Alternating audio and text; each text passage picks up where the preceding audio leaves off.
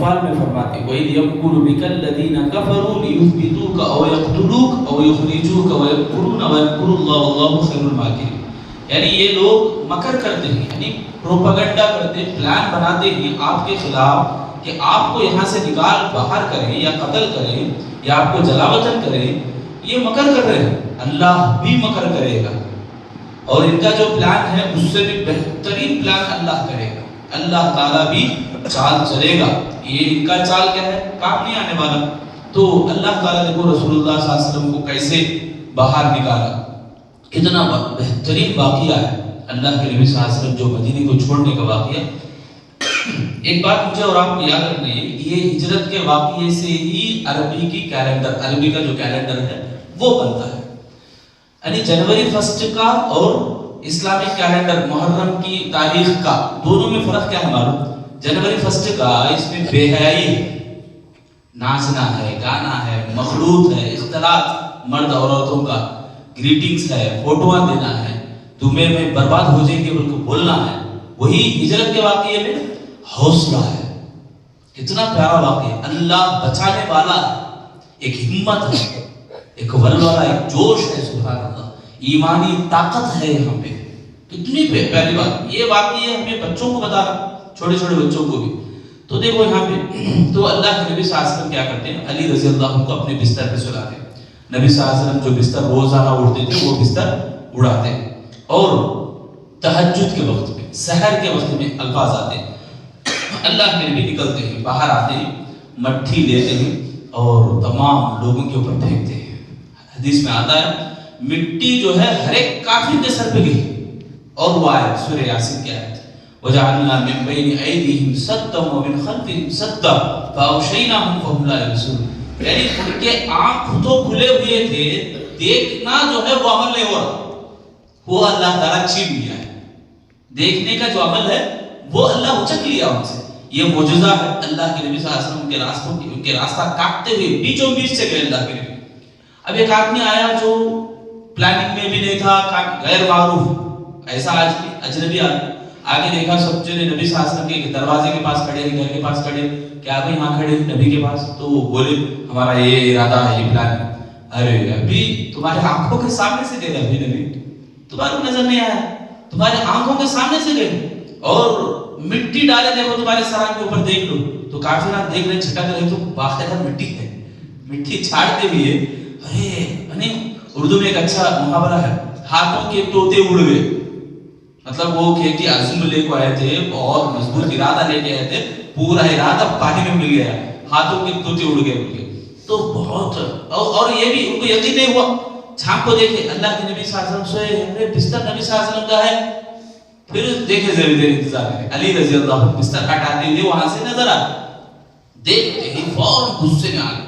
اب علی رضی اللہ عنہ کو جو ہے کھینچتے ہوئے نبی علی رضی اللہ عنہ کو مارتے ہوئے، گھسیٹتے ہوئے لائے. کہاں گئی نبی صلی اللہ علیہ وسلم؟ بولو. علی رضی اللہ عنہ بولے نہیں مجھے پتا نہیں. تو بہت ستائے، تکلیفیں دی. علی رضی اللہ عنہ کی زبان سے ایک جملہ نہیں نکلا. اس کے بعد ہوا ہی اللہ کے نبی صلی اللہ علیہ وسلم 13ویں سال میں نبی بننے کے بعد 13 سال کمپلیٹ ہو گئے تھے. 14ویں سال میں اللہ کے نبی، سال تھا 602، ابھی 2025-26 میں 2026 میں ہمیں داخل ہوئی. تو 602 میں اللہ کے نبی صلی اللہ علیہ وسلم نکلے. جو شام، ملک شام کو جو راستہ جاتا ہے مدینہ وہی پڑتا ہے. تو انہوں ملک شام کے راستے کی طرف جانے کے بجائے یمن کی طرف اپوزٹ راستہ ادھر گئے اللہ کے نبی. 5 کلومیٹر کے فاصلے پر وہاں ایک پہاڑ ہے، بڑا پہاڑ، پتھریلی پہاڑ، وہاں کو نہیں جا سکتے. اور اللہ کے نبی صلی اللہ علیہ وسلم پنجوں کے بل چل رہے تھے، مطلب انگلیوں کے اوپر چل رہے تھے. کیوں؟ اس لیے کہ نشانات بھی پہچانتے کافر. کیا بڑے چال باز معلوم. بدر کے واقعے میں ہمیں سنیں گے ابو سفیان اونٹ کے مینگنیوں کو دیکھ کے بولا یہ مدینے کا اونٹ ہے. وہ لوگ مدینے کے لوگ ہیں، آنکھوں گئی بول کے بولا. ایسے چالو تھے وہ لوگ، قدم کے نشانات پہچان لیتے. اس لیے اللہ کے نبی جو ہے بہت بچتے بچاتے محتاط طریقے سے چل رہے تھے. جب غار کے پاس گئے زخم بھی ہو گئے، اللہ کے نبی کے پاؤں جو ہے زخم بھی ہو گئے تھے. ابو بکر صدیق رضی اللہ عنہ سب سے پہلے کیا کریں، اللہ کے نبی آپ یہیں پہ رکیے، میں غار کا جائزہ لیتا ہوں بول کر نبی صلی اللہ علیہ وسلم کو کھڑا کر کے ابو بکر رضی اللہ عنہ اندر گئے. جا کے سارا کچرا سب ہٹا کے، سوراخ وغیرہ تھے سب بند کر کے، اور صحیح بخاری کی روایت میں بھی یہ واقعہ مشہور ہے. تو ابو بکر صدیق رضی اللہ عنہ رحمۃ للعالمین کا ایک واقعہ ہے یہ. تو سیرت رحمۃ للعالمین کی ایک کتاب ہے، وہ بھی بڑی تاریخی کتاب ہے، تو اس میں بھی یہ واقعہ ذکر ہے. تو ابو بکر صدیق رضی اللہ عنہ گئے تو پورا صاف کیے. 2 سوراخ ایسے تھے جہاں پہ کچھ بھی بند کرنے کے لیے نہیں ملا. تو اپنا پاؤں رکھ کے اللہ کے نبی صلی اللہ علیہ وسلم کو اندر بلایا، تشریف لانے کو کہا. اللہ کے نبی صلی اللہ علیہ وسلم آئے، آ کے گود میں اللہ کے نبی صلی اللہ علیہ وسلم سر مبارک رکھ کے سو گئے آغوش میں، ابو بکر صدیق رضی اللہ عنہ کے آغوش میں. تو سونا تھا، تھوڑی دیر کے بعد پیر کو جو ہے کچھ ڈس دیا، پیر کو اندر سے جو ہے کاٹ رہا تھا. تو ابو بکر صدیق رضی اللہ عنہ ہلے نہیں. نبی صلی اللہ علیہ وسلم آرام فرما رہے، نبی صلی اللہ علیہ وسلم کی نیند میں خلل نہ ہو یہ سوچ کے ابو بکر خاموش بیٹھے. اور اتنے میں جو ہے ابو بکر رضی اللہ عنہ کی آنکھوں سے آنسو آ گئے. آنسوؤں کو تو روک سکتے نہیں، پیر کو تو روک سکے نہیں، مگر نبی کی جو محبت ہے سبحان اللہ. دیکھو صحابہ عمل کر کے دکھاتے تھے، محبت کا نمونہ وہ پیش کرتے تھے، کردار کو اپناتے تھے. تو سبحان اللہ ابو بکر صدیق رضی اللہ عنہ کے رونے کی وجہ سے آنکھوں کے آنسو جو ہے اللہ کے نبی صلی اللہ علیہ وسلم کے اوپر پڑے. تو اللہ کے نبی جاگ گئے، پوچھا ابو بکر کیا ہوا؟ تو ابو بکر رضی اللہ عنہ کہنے لگے میرے ماں باپ آپ پر فدا ہوں، اے اللہ کے نبی میرے پیر میں کچھ ڈس دیا ہے. تو اللہ کے نبی اپنا لعاب لگائے وہاں پہ، تو وہ درد تکلیف جاتی رہی. نبی صلی اللہ علیہ وسلم کے لعاب میں بھی سبحان اللہ یہ شفا ہے. جو آج کل لوگ دیکھتے ہیں ہمیں عجیب طرح کے بال بول کے، نیال بول کے، کچھ عجیب ڈھنگ کے یہ کرتے ہیں. یہ سب بکواس ہے، بیکار کی چیز ہے. اس کے بعد ہوا یہ کہ 3 دن اللہ کے نبی جمعرات کو نکلے تھے، جمعہ ہفتہ اتوار، 3 دن غار میں پناہ لی. اب وہ مکے کے جو بھی حالات تھے وہ ساری باتیں ابو بکر رضی اللہ عنہ کے بیٹے عبداللہ کو بتاتے تھے. عبداللہ رضی اللہ عنہ وہ بھی اسلام قبول کرے تھے. انہوں کب آتے تھے تو رات کے پہر میں آتے تھے. رات کا ایک حصہ گزر جاتا تو ابو بکر رضی اللہ عنہ سامنے جاتے، پیچھے سے عامر بن فہیرہ بکریاں لے کو آتے، بکریاں چرا کے آتے. کئی کو بولے تو انہوں عبداللہ جب چل رہے ان کے قدم کے نشانات مٹ جاتے ہیں. اور ابو بکر رضی اللہ عنہ اور اللہ کے نبی دونوں بھی جو ہے بکریوں کا دودھ رات میں پیتے، سیراب ہو کے پیتے، پھر کچھ لے کے رکھ لیتے تاکہ دن بھر کام آئے. پھر صبح ہونے سے پہلے تہجد کے وقت میں عبداللہ نکل جاتے ہیں. اب ایسے لوگوں کے ساتھ مل کے رہتے، رات یہیں پہ ہی، کام بھی گئے نہیں، سب لوگوں کے ساتھ ہی مل کے معلوم ہوتا تھا. اور لوگ جو بھی پلان بناتے تھے اللہ کے نبی کے خلاف سازشیں کرتے تھے وہ سب لے جا کے پھر رات کو جاتے، وہی روٹین ہوتا تھا. اب انہوں عبداللہ جیسے ہی نکلتے رضی اللہ تعالیٰ پیچھے سے عامر بن فہیرہ بھی آ جاتے تھے. یہ چلنے کے جو خدمہ ہیں بکریاں مٹا رہے تھے. کیا حکمت ہے دیکھو اللہ سبحان اللہ. یعنی حکمتیں، چالاکی، عقل مندی یہ دنیا کے لوگوں میں اس نہیں، ایمان والوں کے اندر بھی ہے. بڑی دلیلیں ہیں، واقعات ہے اس کے روشنی میں سبحان اللہ. اسی لیے اللہ کے نبی بھی بولے عقل مند وہ ہے جو موت کے بعد تیاری کرتا. بہرحال عبداللہ رضی اللہ تعالیٰ کی یہ حکمت اور دانائی، عائشہ رضی اللہ عنہ ان کی دانائی کے بارے میں گواہی دیتے. یہ بڑے زبردست نوجوان تھے، سمجھ و بوجھ کے مالک تھے، فہم جو ہے بہت اچھا تھا ان کے پاس. یہ عائشہ رضی اللہ عنہ بولتے. اب یہاں یہ لوگ مکے کے اندر ایک تو دیوانے بنتے جا رہے ہیں، غصہ جو ہے بہت زیادہ آتے جا رہا ہے، کچھ بھی نہیں ہو رہا. تو علی رضی اللہ عنہ کو ایک ستائے مارے، کچھ بھی جواب نہیں آیا. ابو بکر رضی اللہ عنہ کے گھر ہوئے، وہاں پہ اسماء رضی اللہ عنہ بھی. اب ابو جہل جو ہے بہت جھنجھوڑتے ہوئے پوچھا، اسماء رضی اللہ عنہ نے کچھ بھی جواب نہیں دیا. یعنی ہر طرح سے چھپا کے رکھے تھے، راز میں رکھے تھے اللہ کے نبی کو اور ابو بکر رضی اللہ عنہ کی باتوں کو. تو ابو جہل زور سے تمانچہ مارتا ہے، بالی ٹوٹ کے گر جاتی ہے اسماء رضی اللہ عنہ کی. تو اس قدر ظلم کرنے کے باوجود بھی کچھ بھی حاصل نہیں ہوتا. اب پھر یہ لوگ جو ہے پلان بناتے، پھر تب جمع ہو جاتے کیا کرنا ہے، کیا کریں گے. تو اعلان کرتے تمام لوگوں جو کوئی بھی اللہ کے نبی صلی اللہ علیہ وسلم کو اور ابو بکر رضی اللہ عنہ کو زندہ یا مردہ پکڑ کے لائے 100 اونٹ، ایک آدمی کے بدلے میں گویا 200 اونٹ انعام دیں گے. اونٹوں کی قیمت جو ہے اس وقت بہت زیادہ بھی تھی اور لوگ جو ہے اس کی خواہش میں نکل پڑے، سواریوں میں، پیدل، کسی بھی طرح. نشانات کو پہچاننے والے، کھوج کرنے والے جو ماہر ہوتے وہ ماہر آدمی بھی نکل پڑے، ہر طرف سے نکل پڑے. تو لوگ جو ہے اللہ کے نبی صلی اللہ علیہ وسلم اور ابو بکر کی جگہ تک آ گئے.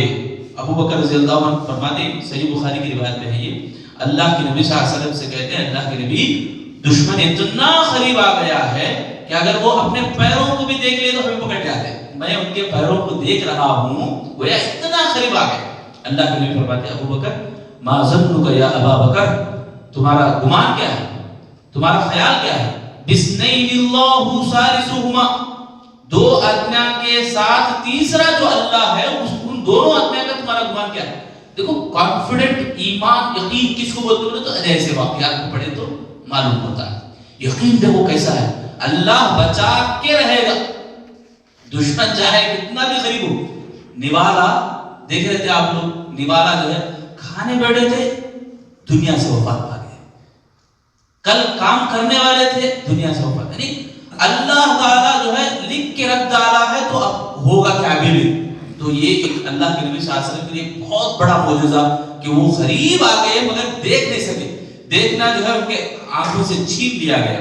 تو اس کے بعد ہوا یہ کہ ابو بکر صدیق رضی اللہ عنہ, اللہ کے نبی صلی اللہ علیہ وسلم جو ہے ماحول ٹھنڈا ہو گیا, سب سناٹا یعنی ختم ہو گیا, گرم جوشی ختم ہو گئی.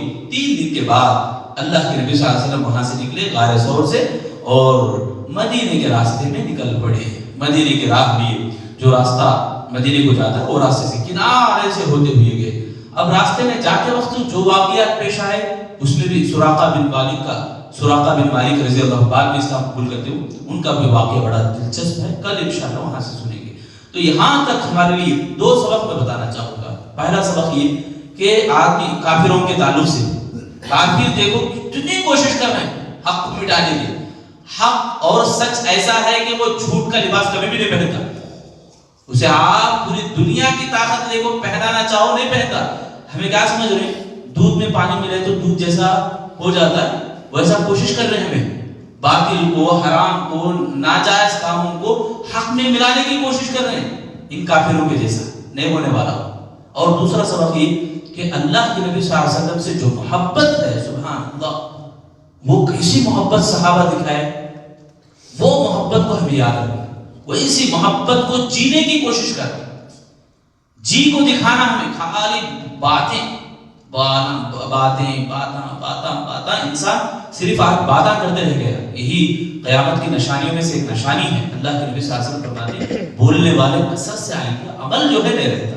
ویسا ہمیں نہیں بننا ہے انشاءاللہ. یہ 2 سبق ہمارے لیے بہت ضروری ہے سمجھنے کے لیے, آج کے لیے.